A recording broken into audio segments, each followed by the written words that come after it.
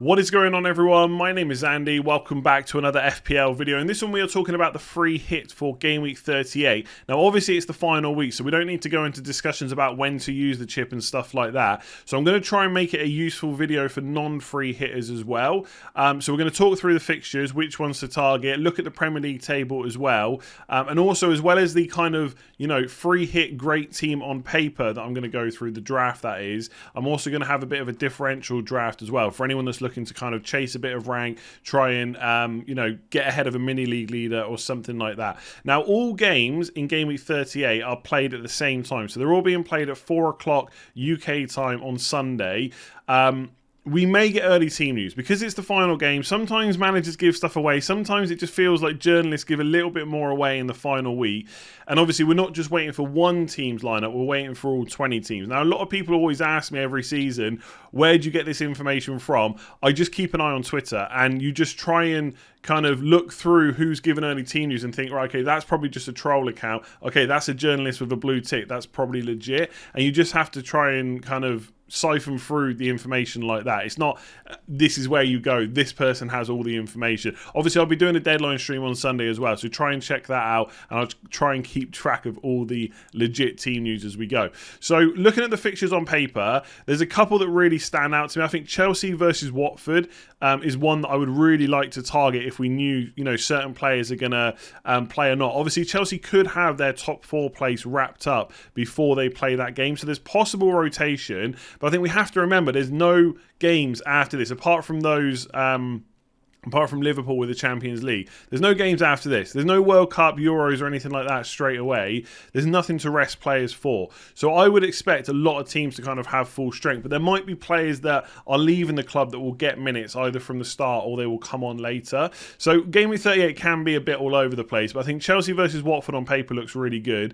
I think the other obvious one is Spurs versus Norwich. I think if you haven't got Spurs players like me, my actual team, I've only got Kulusevski. Yes, I am a bit worried.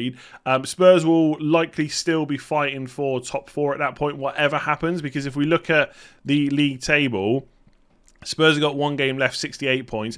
Whether Arsenal win, lose or draw against Newcastle, the top 4 is still going to be on for Spurs. And they're going to need to go and win that Norwich game. Now, that might make it a little bit cagey, but I just think Norwich are down and out. That is going to be an easy fixture. They're going to score quite a few goals. So that obviously looks decent. I really think Liverpool versus Wolves is good as well. Wolves just not very good. They conceded to Norwich. At times they look like they could have conceded more. And recently their defence just doesn't give me any confidence whatsoever. So I think Liverpool, I know they're obviously a team we usually target anyway, but we shouldn't overlook how good that Wolves fixture is. So they're probably the 3 best ones. Obviously you never write Man City off playing Aston Villa. I do think that would be a tough game. I think a bit like, Villa aren't quite as good as West Ham, but I don't think Man City are necessarily going to go there and batter them. So, maybe 2 or 3 goals, and you could look to target Man City players for sure. But I think Liverpool, Chelsea and Spurs probably have easier fixtures.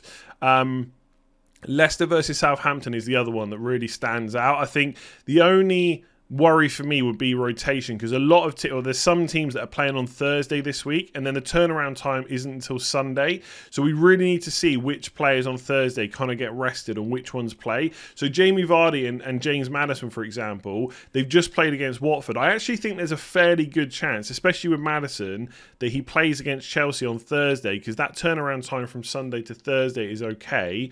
But from Thursday to Sunday is a little bit less rest. It is the last home game of the season, so if they have fully recovered, they could just play again. And again, they've got nothing to rest them for. They're not in Europe anymore. But I would just keep an eye on how many minutes players get on Thursday to then try and think about who might get rotated on Sunday. Obviously, hopefully we get early team news, but it's not guaranteed. And you can say the same thing for Chelsea, right? They've got that game on Thursday, and then they have to play Watford on the Sunday. Other games, I think Arsenal against Everton isn't too bad. If I had Arsenal players, I wouldn't be worried. I'd maybe even put some on the free hit as well. And I think Brentford versus Leeds is I don't think Brentford are going to just give up at all. Like they've got nothing to play for. I think they're in the 11th place, 46 points. They could easily overtake Brighton. A top half finish, that would be a pretty good season for Brentford, right? So they're not going to give up. Leeds are obviously in a relegation fight as well. Thomas Frank just seems like the kind of manager that's not going to let that lie, and he'll want it to be like a kind of fair end to the season. And I think he'll go out and try and, get a good few goals in that game. And the way Leeds defend, that could absolutely be possible. So I'd definitely look at Brentford. With Leicester, I think some of us have been saying they've got nothing to play for, but if they win, if they get something against Chelsea, let's say they can get a draw, that's 49 points. They can still overtake Wolves and finish top 8. Again, whether or not that really makes too much difference to them, there's probably a little bit of extra money for that place. But I don't think they're just going to give that up. If they could beat Chelsea, who knows then? They go and beat Southampton, and you probably definitely secure top 8 at that point. Slightly better goal difference than Wolves. So I think Leicester got a bit to play for. I just don't see why they would necessarily rest a whole bunch of players in the final home game of the season. That's pretty much it from a fixtures point of view. Like, obviously, if I had Man United or Crystal Palace players, I wouldn't be too worried. But on a free hit, you're probably not targeting them. You could look at West Ham versus Brighton. Jared Bowen's continuing to be great. Burnley, Newcastle could be interesting as well. But I think those other fixtures I've talked about would be the ones that I would be targeting. Now, obviously, this is the last game week that you can gain any points, right? So you really have to think about what your aim is for the last day of the season. If you've got like a 15 to 20 gap to make up, you're probably going to have to do something different. Now, there's loads of different ways you can do that, right? You can massively differentiate with the captain. You could play safe with the captain because you really think like Son or Kane or someone like that is going to absolutely smash it, and there's no point in going against that, and then have maybe 2 or 3 or 4 other differentials. Only you can decide that based on where you are in kind of rank or in your mini league, right? So that's something to think about. The way I've structured this is going to be the draft that if this game week was in game week 30, this is probably the kind of team that I would pick. Obviously taking into account possible rotation and stuff like that. And then I'm going to go on to talk about the differentials as well. So let's start with the defence. Again, I think Watford at home is probably one of the best fixtures this week. And on paper, if Reece James and Alonso both start that game, they are arguably the best 2 defenders this week, I would say. You can never discount Trent. You can never discount Cancelo. Obviously, Spurs could do something against Norwich as well. But Alonso versus James, last day of the season against Watford at home, it could be the kind of scores that dreams are made of for your FPL team, right? We know how attacking they are. And to be fair to Alonso, I know he had that bust up with Tuchel that was kind of done and dusted. I don't even think he played that badly in that half, by the way, either. That's a different story. Against Liverpool, he was pretty good, right? And I think he's always a player that other teams think about targeting. And Liverpool, look, obviously it's Liverpool. They have plenty of attacks, plenty of chances, etc. But Alonso played pretty well. And from an attacking point of view, which is what we really want him for, he had a good few chances. And you think he's going to get or had that many chances against Liverpool, imagine what he could get against someone like Watford, who just conceded 5 goals to Leicester. Not that Leicester are slouches in attack, but I think Chelsea could do damage in that game. And the same with Reece James. And I know a lot of people laugh at Reece James, right? You're always bigging him up, and he's always getting these 0 and 1 pointers. But if he starts, there's big points in that game. I've also gone for double Liverpool defence because I do just think that Wolves are that bad right now. I don't think in attack sometimes you watch them and they do give teams something to worry about, right? They scored the 2 goals against Chelsea. They did get a goal against Man City as well. But they only go and get 1 against Norwich. And I think at that point, depending on what Liverpool do against Southampton, they might not go out and out for a win. They might just try and keep it tight, hope they get a win, and then just hope that Villa do something against Man City and then just see what happens. So I do think it could be quite tight there. And I think Trent, obviously, best attacking defender in the league, you would say, for FPL. So he's an obvious pick. But I'd probably put Alisson in there as well, just to get that double Liverpool defence. Again, you could go for Robertson instead, but when you look at the rest of the structure of the team, you got to cut some money somewhere. So it's a bit like how I've got Ederson in my own team, because it was the easiest way for me to get a second Man City defender. That is why Alisson is in this team. And then to make up a bit of budget, I've gone for Sessegnon, 4.3 million against Norwich. I think that's absolutely a game that Spurs will keep a clean sheet in, and he has been fairly attacking. I said last week, if you didn't want to go for a double game week defender, Spurs, either Emerson Royale or Sessegnon is where I would target. I think I would just back the wing-backs under Conte and just go from there. And obviously Sessegnon had a really good game against Burnley, picked up the points. Happy days, 4.3 million. Very, very good enabler. And unless I was really flush with team value and I could fit in like a Robertson or a Cancelo instead, I think even if I could afford them, I still quite like Sessegnon as something a little bit different, targeting a different defence where there could be attacking returns as well. So midfield's kind of interesting. I do think there's a conversation to be had about whether to spend the money on someone like Mane or even possibly De Bruyne, or whether to put that money up front. When I talk about the differentials in a minute, there's a couple there of forwards that I think could be really good this week if they start. In fact, there's quite a few good forwards this week. The problem is most of them are kind of 10 million plus, right? So that's why I've kind of put Mane in there instead. But there is probably a conversation to be had if you wanted to drop Mane down to someone a little bit cheaper, maybe one of the differential midfielders we'll talk about in a second, and then put the money up front instead. But I do just think that Wolves game is very good. And obviously we need to wait and see what lineup Liverpool put up against Southampton. I've got a feeling, and obviously we'll find out tomorrow, that Mane will get rested. And if he does, I don't see why he wouldn't play against Wolves. I know some people think that Klopp is going to rest players ahead of the Champions League. And obviously you don't want to get injuries, but there's a 6-day gap between the final day of the season and then the Champions League final the next following Saturday. I just think rhythm's important, and I think the league will still be on. I think Mane plays, and he could be not only just a good option on paper, but also a big differential as well. Not many people are going to have Mane. Obviously, if Salah is fit, and we know Salah is starting, he is a better option than Mane in my eyes. He's on penalties and stuff as well. I don't really buy into this whole Salah's finished, Salah's rubbish, he's been bad for ages. Maybe all that's true. Maybe he is out of form right now, but he's someone that can turn it on at any point. And when you've got penalties in your locker, that really helps. So if Salah's fit, I probably would have him in ahead of Mane, but obviously he is a lot more money, so you might have to make a cutback elsewhere. And again, your team value might be better than mine, it might be worse. You might have to play around with this draft, in whatever way you need to. Elsewhere, it gets a little bit easier. I think Son has to be in. I think unless you want to double down and really back against him by not having him in your team at all, which is kind of risky. Like, I think his effective ownership will be close to 150%. That's really bad if you don't captain him and he hauls. It depends how much you want to back against that. Like if you've got a really big gap to make up, maybe he's someone you drop. Maybe he's just someone you own but don't captain. But either way, on paper, he is just a brilliant option this week. I don't need to say any more. And again, coming back to that Watford at home game, I think triple Liverpool, triple Spurs and triple Chelsea on paper looks the best option, and Mason Mount is probably the ideal midfielder to have because he doesn't miss many games. Havertz obviously hasn't been playing much recently either. I don't think Pulisic or Ziyech, I mean, they're all potentially good differentials if they start, especially someone like Pulisic, to be honest. But I think Mason Mount is kind of the safer pick. And again, I just see goals in that game. 3, 4, 5 goals for Chelsea. I don't want to say easily, but it's the kind of game that could happen in. And then Saka, just because I think Everton at home is still a really good fixture. We will know before the Gameweek 38 deadline whether Everton are safe or not. If they're safe, it probably makes it a little bit of an easier game for Arsenal. If they're not, I think Everton could really dig in and make it difficult. And on top of that, Arsenal might also have the kind of pressure of top 4. If they drop points to Newcastle and then it's in Spurs' hands, that then puts a lot of pressure on. So you could make a case to drop Saka. But again, if we're looking at best teams on paper, Saka's been so good this year. We know he's nailed. He's the number 1 Arsenal attacker for FPL. And that is a good fixture on paper. So I do like Saka in this one as well.